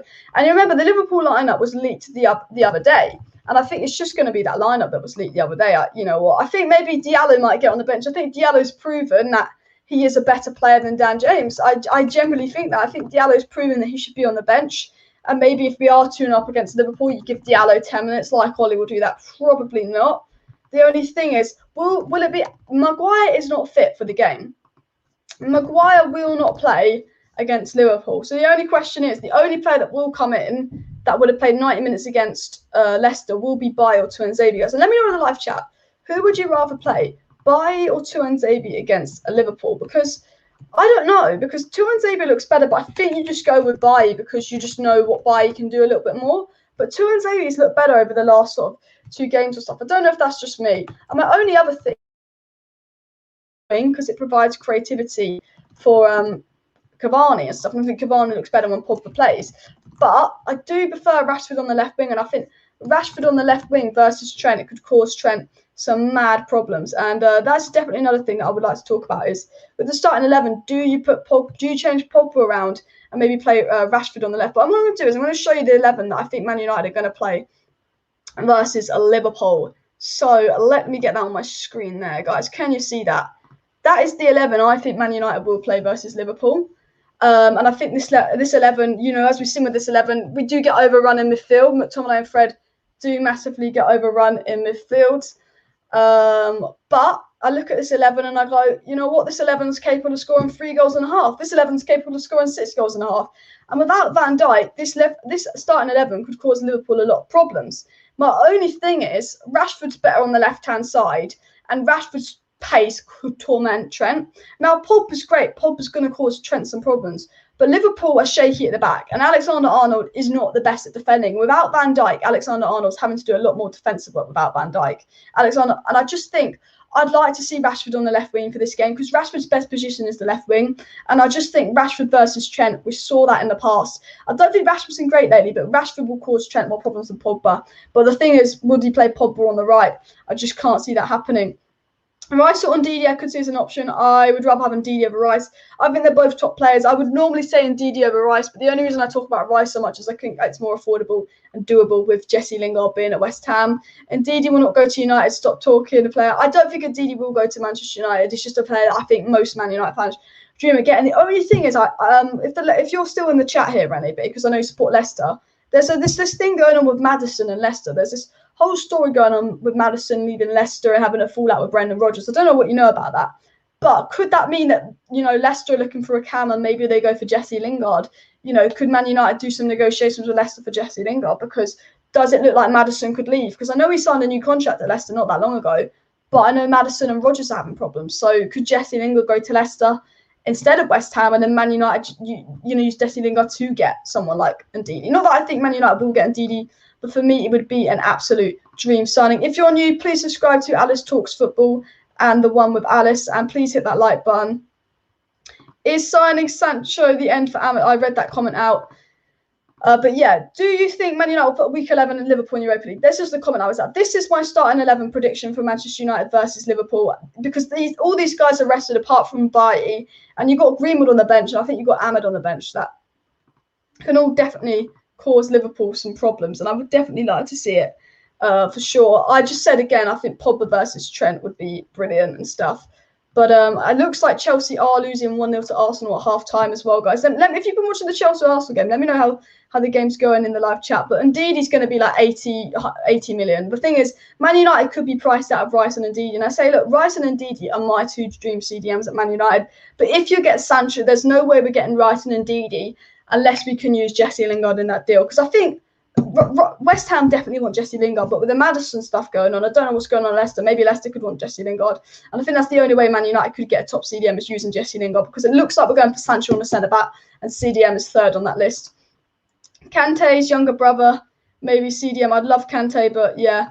Manchester United looking into affordable goalkeeper options too. Bo back, Dean Henderson up. Tom Heaton is said to have been offered the chance to return to Old Trafford this summer. Yeah, I have heard about that. We'll probably get him because De Gea is going. Solskjaer is now able to focus on strengthening centre-back and midfield after re-signing Edison Cavani for another season. Also, Manchester United remain keen on Jadon Sancho. Yeah, this is basically what we've been talking about in the video. We've been talking about Liverpool. We've been talking about transfers. But basically, and Jadon Sancho to Manchester United looks like the signing. Looks like it's going to be Man United's main signing. It looks like Jadon Sancho's Man United's priority. It's going to be Man United's main signing. But in other news, we still want a centre-back. We still want a centre-mid. It just depends on does Jadon Sancho... The whole topic of this video is, you know, if we beat Liverpool, we send Liverpool into the Europa League. And Liverpool are our main competitors for Jadon Sancho. If Liverpool aren't in the Champions League, Sancho don't want to come. Sancho don't want to come. Basically, so we beat Liverpool. Sancho is ours for the taking. Let's just be honest, he is. Sancho wants United, that, you know, and United's one priority is Sancho is a good signing and all of that. But, you know, what does Sancho do to the midfield and stuff? People saying Bailly against Liverpool, Tuanzebe's inexperienced shot showed the goal we conceded. Yeah, exactly. I'd be fan of Tuanzebe, but I think you have to play Bailly for his experience. Does Maguire not fit for the final? It worries me. Hopefully he'll be back in time for the final. It's Harry Maguire. He plays for injuries a lot. I really hope Maguire's back for the Euros, because I think he will be a massive miss for England, because John Stones is having a great season. Don't get me wrong. But Maguire is better than John Stones. If you put Maguire next to Diaz, it's better than Stones and Diaz. Maguire and Diaz would be better than Stones and Diaz. And when Maguire and Stones play together for England, Maguire is the better of the two. You know, Maguire is England's best centre-back. So for Man United, it's a big loss. But also, if he's out for the Euros, Harry Maguire's a massive loss, because Gary Neville came out and said that he thinks Harry Maguire would be a massive loss for England, like Kane. And he's right. I think he would be. But yeah, I do worry a little bit, because we've never played a big game without Maguire at the back, and it will be this Liverpool game. If we concede a few goals, could show us the importance of Maguire. Now we've seen Bailly and Lindelof play together, and Bailly and Lindelof have played quite well together. I won't lie. Bailly and Lindelof have been a good partnership together, but we never played a big game without Maguire, and I think that could definitely show. If Juventus fail to qualify for the Champions League, do you see Cristiano Ronaldo coming to Old Trafford? Great as always. Please give a shout out. Chelsea and Liverpool also in the race for Sancho. Yeah, Liverpool in the race for Sancho, but they've got to get Champions League football. Chelsea apparently haven't made any contact or any interest in Sancho, but I'm sure Chelsea will join the race. And if Sancho doesn't come to Manchester United, if Man United beat Liverpool, it's between Man United and Chelsea for Sancho. And Chelsea don't look that interested in Sancho. So that's why I say, you know, United are in prime position to get Sancho. How about starting Bruno Fernandes, Donny van der Beek, Fred, Paul, Liverpool, Pogba in midfield? I'd like to see that. But this lineup is what Ollie will do, because everyone in this lineup's been rested apart from Eric Bailly. But that's because we don't have anyone, unless you play Phil Jones. And come on, you're not playing Phil Jones in this game. Phil Jones and Lindelof, you might as well put your money on Liverpool win. But because Liverpool got good attack, Liverpool's defence is shaky. And the only thing is, my score prediction for the Liverpool game is Man United to win 3-1, which you might be crazy. We've not beaten Liverpool in the Premier League for ages. I look at that Liverpool defence, that is shaky. Pogba, Cavani, Bruno. I know Rashford ain't in great form. Greenwood off the bench. I think United will beat Liverpool as well. But I do want to see Rashford versus Trent. Solskjaer's now. I read this comment out. Leicester City doesn't look balanced without Maddison. I reckon Maddison is a baller. I think Maddison's an absolute player, but I think Leicester have a better midfield than Manchester United. I would swap Leicester's, other than Bruno and Pogba, I'd swap everyone in Leicester's midfield for Man United's midfield. I think Tielemans. I did my Premier League team of the season earlier on my second channel. I was talking about my Premier League team of the season on my second channel. I put Tielemans as my Premier League team of the season over Kevin De Bruyne and Gundogan, because I think Yuri Tielemans is the most underrated player in the Premier League. I think Wilfred Ndidi, after Kante, is the second best CDM in the Premier League. I think Maddison's a baller, and I think Soumer, who Leicester has just signed, as a baller. And I have to say, Leicester have a better midfield than Manchester United. And I was saying earlier when Bobby came on the stream, that, you know, games are won and lost in midfield, and Leicester's got their midfield sorted. They're just looking for maybe a Maddison replacement, and maybe that could be Jesse Lingard, and maybe you go, oh, you know, if Maguire's 80 million, Jesse Lingard's 40 million, and maybe you could get Ndidi that way. But the other thing is, if you sell Lingard, that gives you money for Sancho's and stuff. This guy says we must initiate legal procedures against our Glazers owning Manchester United immediately and get new owners who will care about football success and invest in buying players. Yeah, everyone, there was a petition in one of my videos that you could sign for the 50+1 rule. There's Glazer out protest tomorrow, which I think would be really interesting to see how that goes down. Obviously, there's going to be lots of security at Old Trafford, but I think, again, it's all about, we just have to keep doing what we do, keep going Glazers out. Even if the Glazers sign Sancho, you still go Glazers out, because the Glazers will only sign Sancho to please us, to get us stop being negative. Even if the Glazers sign Sancho, you've got to keep up with this Glazers out, Glazers out, Glazers out. I think more protests and stuff. And yeah, I think you just have to keep up everything you do has to attack the Glazers' pockets. If it doesn't hurt the Glazers' pockets, the Glazers don't care. If we keep putting pressure on them, negative PR, getting the stocks down, the Glazers are going to take notice, and that's the way to make them smell. How can you swap Jesse Lingard for Wilfred Ndidi for cash? It would be like Jesse Lingard plus 50 million for Ndidi, but I don't think we're going to get Ndidi. We're getting a West Brom player, says the Leicester fan, Rene. Tuanzebe will be better than Bayer's backup. I think Tuanzebe's a solid player, but he's definitely wasting his career on the bench. These Sancho links are all media hyped. I won't believe it to his sides. But the thing about the Sancho links is they come from German outlets like German Sky and Bild, who are reliable. And it's also come from Fabrizio Romano, who's a really, really reliable journalist. So I think with the Sancho link, I generally think Man United are in for Sancho. It's not a PR spin or any of that. I think Man United are fully in for Jadon Sancho. You know, I think we will do our best to try and get Jadon Sancho and try and sign Jadon Sancho. I 100% believe that Man United are full in for Jadon Sancho. And I think that he is our priority because I think the Glazers see it as a good PR move. I think Jadon Sancho is the player we wanted, but I generally think the Glazers look at it in a way as a PR move. Did you see the hilarious reactions from Liverpool supporters after seeing the United's lineup against Leicester yesterday? I did. I reacted to one of them on TikTok. There was this Liverpool fan on TikTok called Paddy, and he was going, oh, Man United should get a point. I'm not even going to try the accent. He was going, Man United should get a points deduction. You know, Ole Gunnar Nobbed, he was saying. He was saying, Ole Gunnar Nobbed, Man United match fixing. And this Liverpool fan, he was literally crying. It actually made me laugh so much. There was generally a Liverpool fan crying over like Man United basically giving Leicester 3 points. And I thought it was absolutely hilarious. You know, if I can find the video, guys, I'll play it. I could not stop laughing at it. Let me see if I can find this video because I will play this to you right now. But he was trying to say Man United should get a points deduction for match fixing and all of that. And I did react to it on my TikTok. But I don't think I have the video on my thing, which is really, really annoying. But it was absolutely hilarious video, guys. I could not stop laughing when I saw it. But yeah, Liverpool fans, this is what I say to Liverpool fans. Look, you were the ones celebrating when Man United had to play 4 games in 1 week going, ha, that's what your stupid protest got you. Because that's what the Liverpool fans were saying. Now that you're the last ones laughing, you know. And at the end of the day, you can't blame Ole Gunnar Solskjaer for you not getting top 4. You can blame the 6 home losses in a row. Like, the Liverpool fans can complain they want, but it's the 6 home losses in a row that cost them. Like, let's be honest. It's not Man United giving Leicester an easy win. Like, if Liverpool beat Man United, they're back in the top 4 race because Leicester do look like dropping points. I think they've got Chelsea next. And Chelsea are dropping points to Arsenal. I believe Chelsea are losing to Arsenal. But yeah, it was quite. To be fair, I never thought I'd see the day where Liverpool fans were more upset about Manchester losing than Man United fans.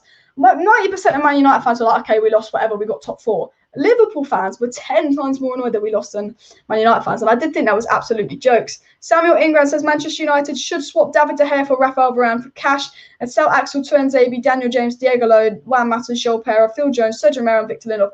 I agree to sell all those players apart from Lindelof, but they got Courtois now. Real Madrid don't want De Gea. But yeah, which centre back would you sign this transfer window? If I could sign anyone, I'd sign Jules Koundé, followed by Varane. I mean, obviously, I'd sign Ruben Diaz if I could sign absolutely anyone. I'd sign Ruben Diaz or Van Dijk. But, you know, realistically, I think I would go for Jules Koundé. I like him a bit more than Varane, and it's a bit of an unpopular opinion of mine. But I think Jules Koundé, I did a video a while ago about why Jules Koundé would be the perfect partner for Maguire. I just think Jules Koundé would be absolutely amazing for Manchester United. I did hear Ronaldo wants to end at Man United. I heard about this Ronaldo news, but I don't think it will happen, to be fair.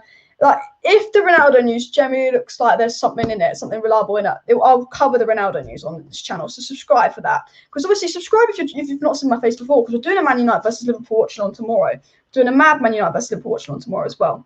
You need to pay 200 million for this guy's set. I mean, we'll get priced out of a move for Ndidi.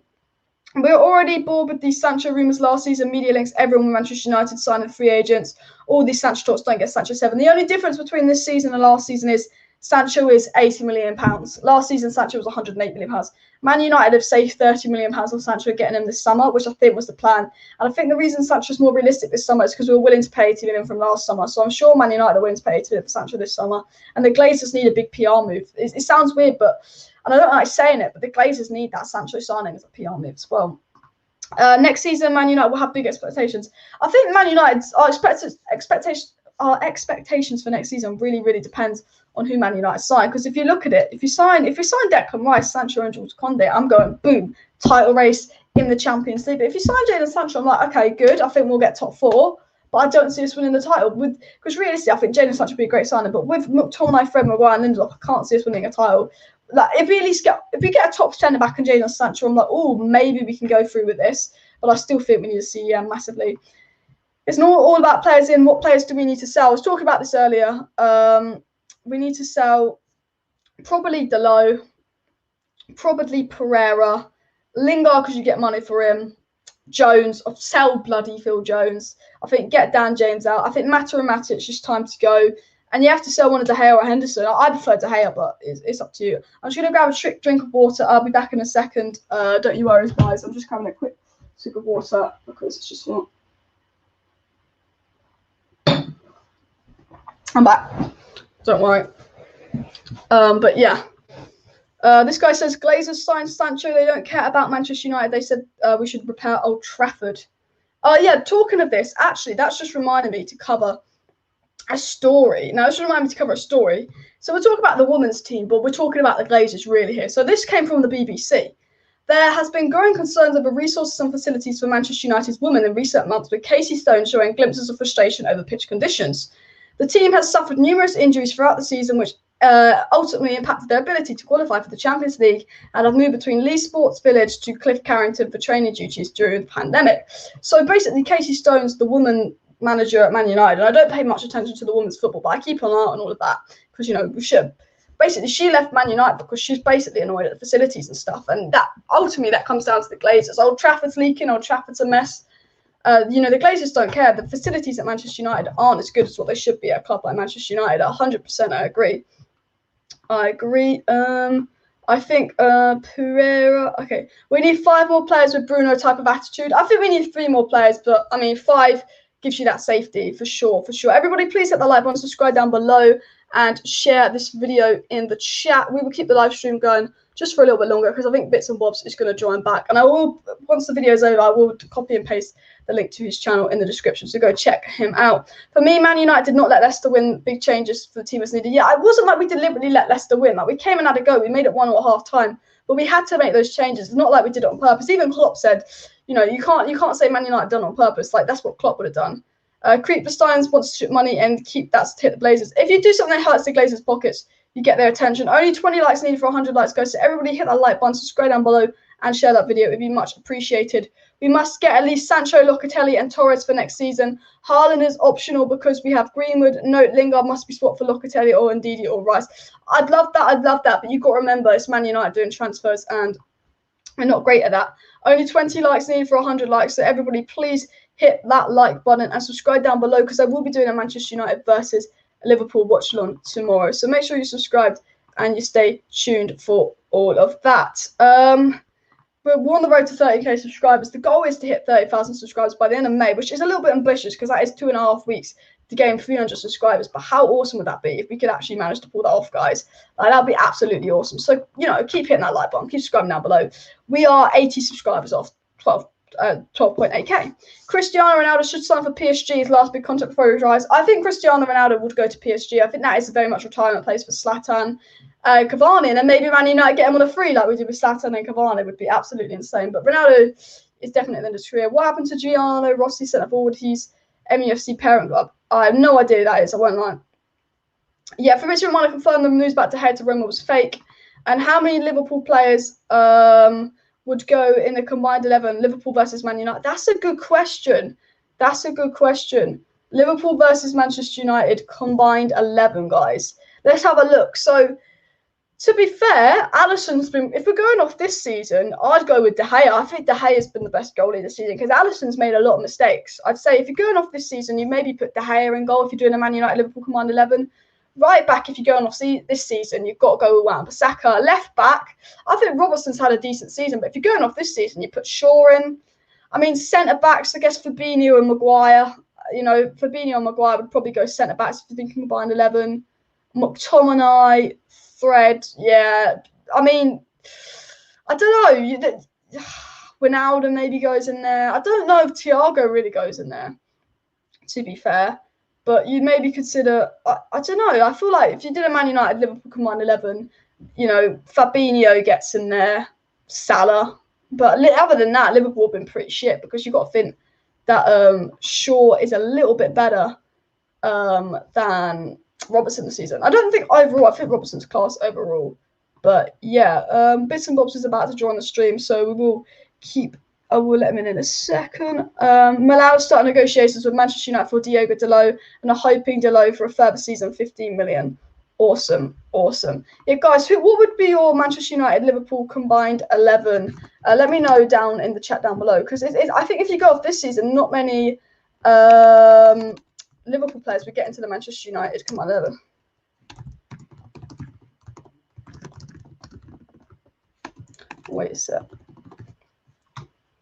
Wait a sec, guys. Okay. Man United should refurbish Old Trafford Football Stadium, bigger Manchester United suite restaurant. I mean, Old Trafford's a mess.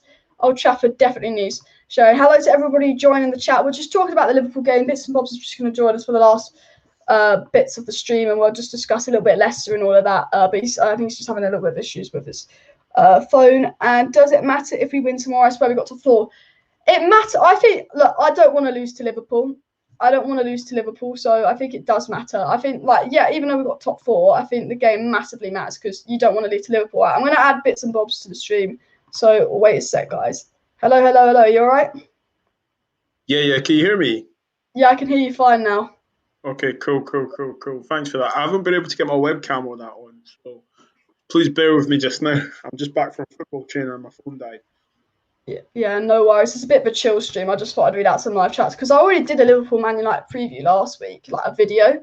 And I was like, well, if I just do a chill stream, read out a few live chats and all of that, I just thought, you know what, do that. But everybody who's joining the stream, this is Bits and Bobs. Go search him up on YouTube.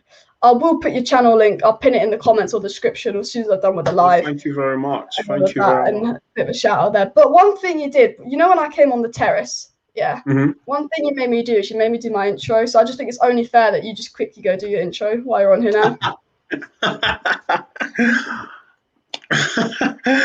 Yeah. So what? It's your boy, Bits and Bobs. There we go. That's the official introduction of Bits and Bobs on the channel.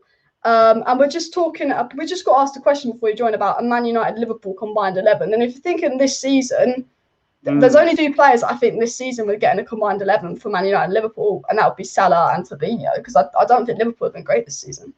Yeah, 100%. I agree with you on that. I remember, it's funny, for that week, I must have done about 3-4 different previews on people's different channels. And we all done it, and it was seeming to be the same 11. It was only Salah and Fabinho. Obviously Van Dijk, if he was fit, would be a different story, but he's not. But it's quite crap though, because I think if we'd played them on that day, probably would have beat them. It's with the congestion and all that stuff. Only God knows it. But like I said to you earlier, personally, I don't care about the league anymore. Like, I just want to win this trophy and then start again in pre-season. Yeah. Oh, by the way, everyone, make sure you like and subscribe. By the way, like and subscribe. Come on. Yeah, the comment I'm hovering over, does it matter if we win tomorrow? And I'm like, well, I think it's not that important if we lose, but you just don't want to lose to Liverpool. So like that's the thing. It's the momentum though. You don't want to lose momentum leading up to the final. Yeah. Do you know? You don't just want to. Okay, the tools are down and stuff. It's like, yeah, game's over. We're not winning the league, but a bit of pride, man. You know, it's still Liverpool at the end of the day. You know.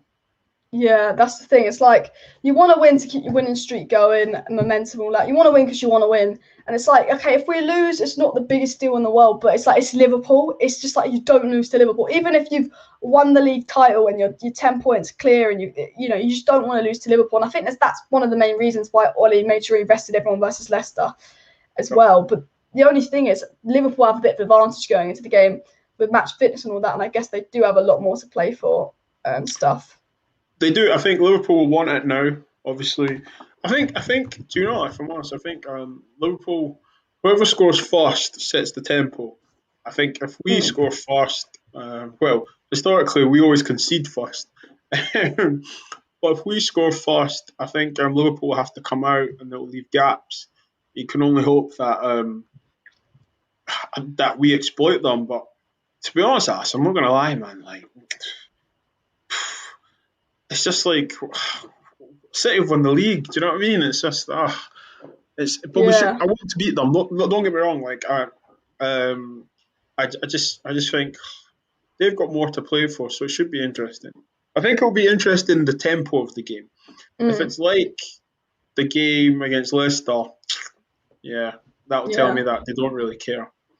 I hope that we do like go out there and power fight and stuff. I hope it's a bit like the FA Cup game when we played Liverpool. You know, we beat them 3-2 with the Bruno free kick. I'd love to see something a bit like that. And we really come at Liverpool and give them a game and stuff. The only thing is, I'm looking at the lineup. I think it's very easy to predict the lineup because you've got to think everyone that was going to start was rested. You're assuming it's Rashford over Greenwood because Rashford was rested. Yeah. The only thing is, I just think Liverpool's defence is so weak this season. It's I haven't scored as many goals, but that's because I've had to put midfielders in defence and their midfield's been weaker. But this Liverpool defence, I think, is poor. It's weak. And I just think I like having Pogba on the left and all. Pogba and Bruno have to play together. Like, Pogba and Bruno have to start up. But I'm just 100%. Like, with Trent, I always think maybe Rashford on the left because of his pace and his skill. I mean, Pogba's got skill, but I would love to see Rashford versus Trent again. And I think Rashford's just a lot better on the left. I just think... for me, Pogba's played so well, you can't drop him at the end of the day. And if it means that he has to play there for him and Bruno to get in, which is cool, but I think we see the difference when Pogba plays central. He's just commanding. He's the best player. Hey, yes, I do, mate, to the Edinburgh Scottish Railway Station. I'm just looking at the comments there. I'm with you on that. I just think that, see, this whole McFred, I'd love for him to be brave and not play them. Just don't play them. Just like see what can happen and stuff, because we should use this game as a bit of an experiment. People might say, no, you can't do that, but we've got nothing to play for. We're going to get top 4, you know. Why not try and see what can happen if we played with Fred as the deepest of the three in midfield? 100%. Do you know what I mean? Because it would be nice for him to be like, oh, this is something different, you know. Because we know what the team's going to be, aren't we? Let's be honest. Yeah, we can all predict the team. Is it going to be Axel or Bailly playing next to Lindelof? Exactly. It's probably Bailly, realistically. I think the thing is, we saw Matic again, first half versus Leicester, quality. I love Pogba. I think Pogba is best in the box-to-box kind of pivot role. And I think the best we've seen at Man United was when we came out of lockdown and we played Matic, Pogba, Bruno as a midfield 3. And I feel like, because Matic is kind of done, he can only do it for 45 minutes every couple of games. I think McTominay has played his best games when he's been a box-to-box. And Fred, again, isn't quite good enough to hold the CDM. I think Fred's almost the best CDM we have in terms of his... And he's not even a CDM. I know, because we don't have one, realistically. That's how bad it is, isn't it, when you think about it? And I just think... This is the whole we want a CDM for, because I think Pogba's okay on the left, but in a realistic dream Man United world, you get Declan Rice in there, you get Pogba, you get Bruno, and then you can have Rashford on the left where he's better, Sancho on the right as your creative winger, and a Greenwood or Cavani up top. I think for me that's what I just love us to do. Do you think I mean, not being funny, but I mean, say you do get a Sancho and a Declan Rice on the season's form. Okay, people hit me with stat, but on the eye, Rashford's not been playing that good though, has he? I know he's got goals, he's got assists, but people say he's playing injured. But I just think it's interesting when he has a bad game, he's injured, but he has a good game. There's no talk about the injury. I don't know, but listen, it'd be if we could have Sancho on the right, Rashford on the left, Pogba and Bruno in the midfield. Come on, and Declan Rice playing behind them, or even as a free. It changed the whole dimension of the team and the intent of the team. You go from, just making top four to actually saying we're here to compete for the league. I think Rashford's been good this season, but he's dropped off, I think, because he's got 20 goals, 15 assists, which is pretty decent numbers, 35 goal contributions. That's especially because he didn't take penalties this season as well. No, it's a good return. It's a good return. It's so inconsistent. He comes off the bench, gets a hat-trick versus Leipzig, and then we play a game a week later and he's a ghost. I think a little bit could be the starvation from McTominay and Fred, because I think when we play McTominay and Fred, we don't score as many goals. Most of our 0-0s, I think 9 out of 10 of our 0-0s have been with McTominay and Fred. I think a little bit maybe is the McTominay Fred thing. I think Rashford would help with a CDM, but I think with Rashford it's just about him being confident and consistent. And I do think he is better on the left wing. And I do think if you get Jadon Sancho in a CDM, you put Pogba in a bit pivot, and you've got the support from Sancho as a creator, Pogba as a creator, Bruno as a creator. And I do think Marcus Rashford could shine, because I think, we're doing so well this season. And Martial, I love Martial. I think Martial is a top player. I saw him last season, and he proved that he was a good player. But this season, Martial's been crap, let's be honest. He's been 100%. Injured, but he's been crap. Rashford was good at the first half of the season. He's not been great the second half of the season. But luckily, Greenwood's come to form second half of the season. But we haven't had an informed Rashford, Martial or Greenwood really this season, and up until Greenwood just now and Rashford right at the start. And I just think if those three players get formed, Sancho, Cavani, our attack, I think, is sorted. But again, it's just that whole centre-back, CDM, and all of that. That's the situation. It's like our attack is good. Like, you got to think, like, we're doing this, the second most goals in the league without Martial. And Martial was so important to us last season. Exactly. I just think it's absolutely. I'm with you, but I don't want to really talk much about the board and stuff. Okay. I just think that when you look at the squad, we probably look, we're second right now, but we don't have the second best squad. Yeah. Do you know what I mean? And you see the return. Chelsea and Man City are in the Champions League final. We are in the Europa League final. I think that says it all. For me, okay, we've qualified for Champions League, okay, because we're going to be in top four. But get the Europa League. But look what we're saying though. Like, we're talking about, we are looking to try and compete for the league, but Europe-wise, we are in the Europa League. And this is what I'm trying to get at, is that investment is so much needed. We are. I know people say it all the time, but we are I dare say 4 signings away. I would say 4 signings away. Centre back, CDM, right winger, and I dare say a centre forward, or another creative winger. If Rashford, because imagine if we had another winger that could create and score like Rashford has, and we're both saying Rashford has been not the best, right? Imagine we could just bring that guy on. Imagine if we had a Jota, or do you know what I'm trying to say? Someone that we can be that can give us 15 goals. And the squad depth in a City and Chelsea is so much better than us. No, look how ridiculous this is. I mean, was it the other day that Man City took off Mahrez and brought Foden on? Come on. I know, it's mad. Got a little bit of lag, guys. Just a sec. One sec. Bits and bobs is frozen on my screen. I don't know if you can see that. Is everything okay with the stream, guys? Just let me know. Because Bits and Bobs has frozen on my stream. But we were talking about City and Chelsea squad depth, and the fact that oh, you're back. Oh no, is she back? There you are. You're back. You froze for a second. Okay. I don't know what's going on, but what did you hear me last say? we literally were just talking about City and Chelsea squad depth, and you went, Mahrez for Foden, then Yeah, so and then we're taking off Rashford to bring on Daniel James, kind of like, and that's the difference. And, I was saying that people say, it's all not about just buying players, but Pep Guardiola has came out and said, no, I need the best players. So he goes out and buys them. Then he coaches them, but he still needs the best players, Yeah. And I just hope if they want us to stay off their back, so be in the good books of the fans, go out and buy 4 players. Exactly, because Chelsea spent 300 million in the summer, and you just look at. I know Lampard didn't do the best with it, but Tuchel's doing mad with them, and I think next season they're going to strengthen, and I think Chelsea will probably finish above us next season unless we invest, because their squad is sorted, and even Chelsea's squad depth is better. Like, we have decent squad depth, but it's not brilliant. Like, we have a little bit of squad depth in attack, but, Fred is our squad depth, really. If you think about it, we should be getting a top CDM, and then, Fred's on the bench. But Fred's our starter.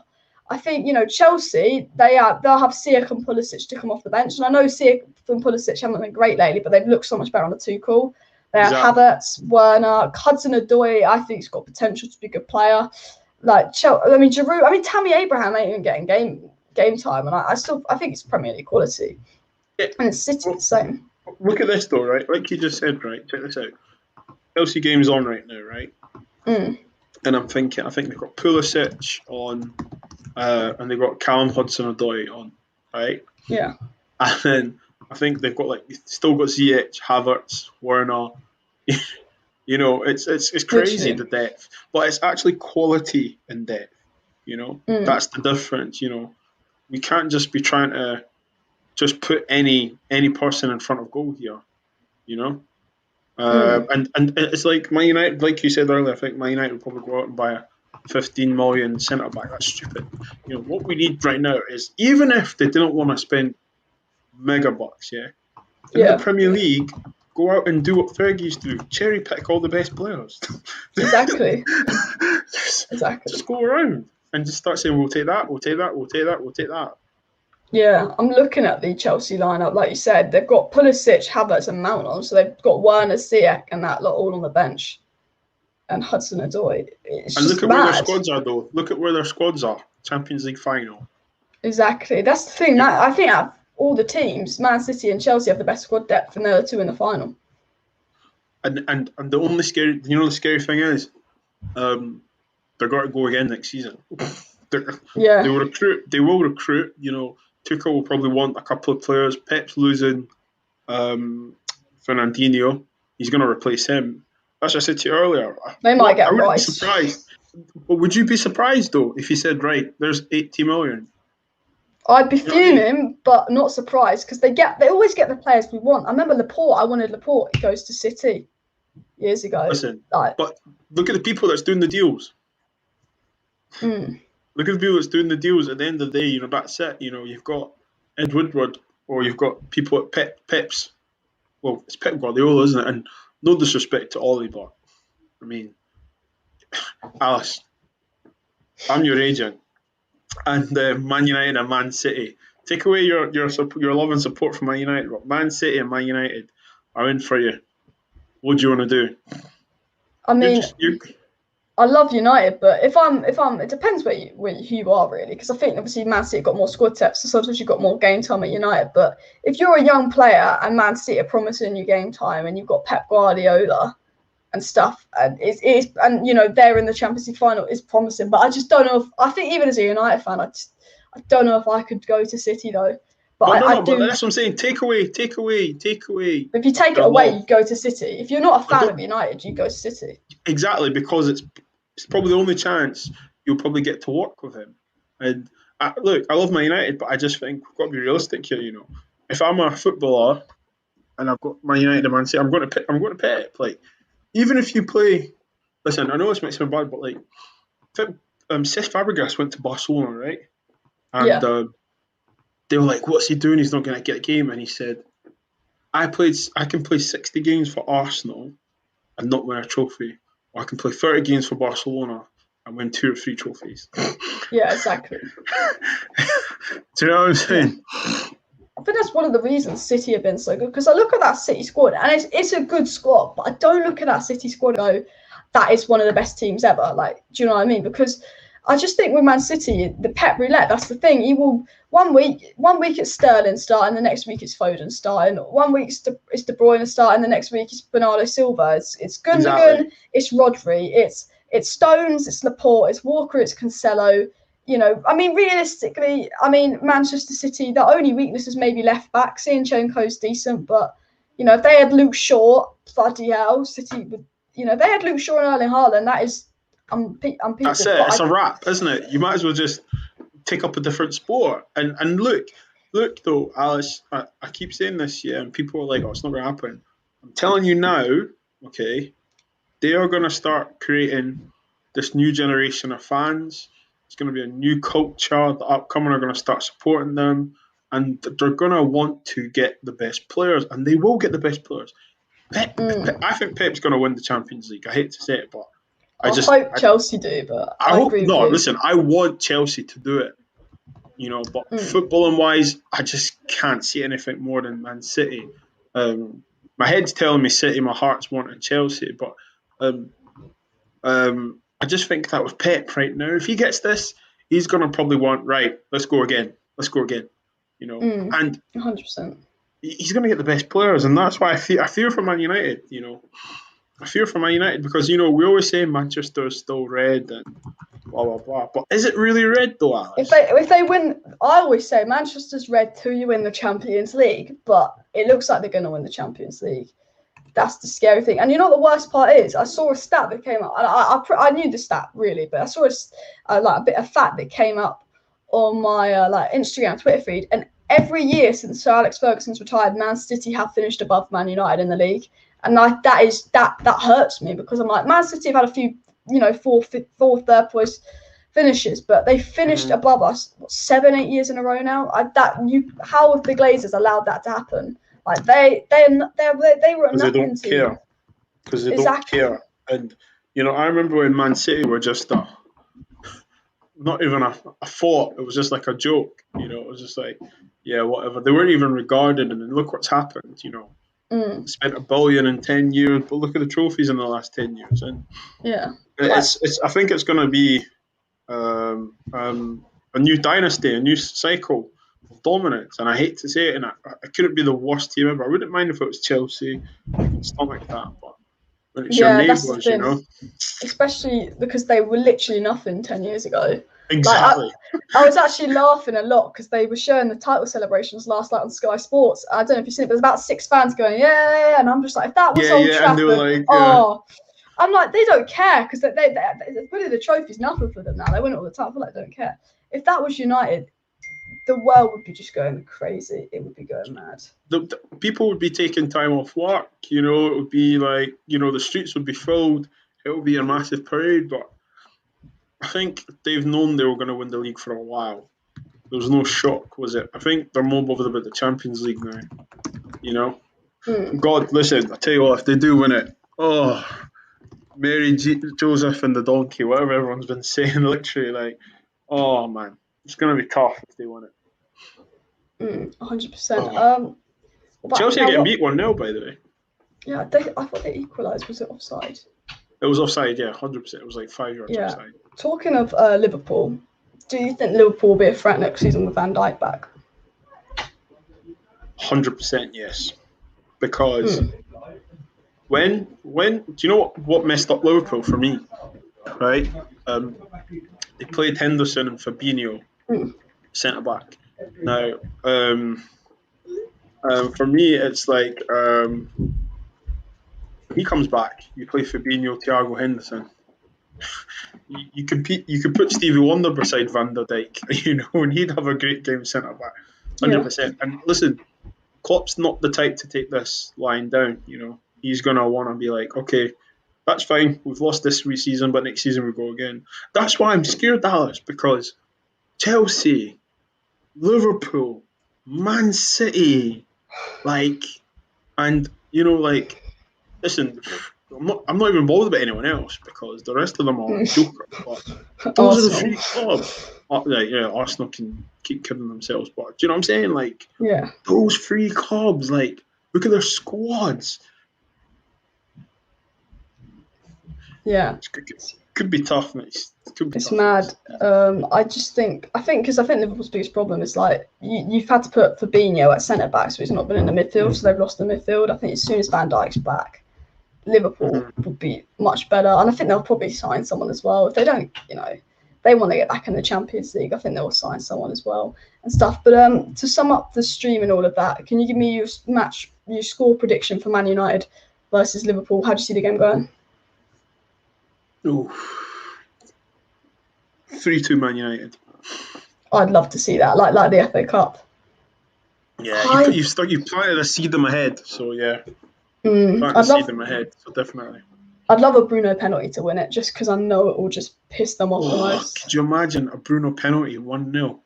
I'd love like a repeat of Brighton, but like after the final whistle.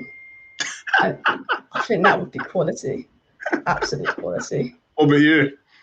I'm gonna go 2-1 United. Us to concede first, go in 1-0 down at half time, and then we just turn it on because the Liverpool defence is crap. That's my prediction. 2-1 United. But yeah, thank you very much for joining the stream. I've got to end up now because my family are going to sleep, and if I wake them up, I'll get screamed at. And I don't want them coming down on stream, and that'd be so embarrassing. They come in my room on stream, and I'm like, nah. But thank you very much for joining. Thank you for having me. I'd love to do this again, 100%. We'll do this again at some point. I've got Bits and Bobs' link in the description. Go subscribe to him. I'll get you on the channel next week. Thanks everyone for tuning in. Like, subscribe, share, and I'll see you next time. Bye. Bye.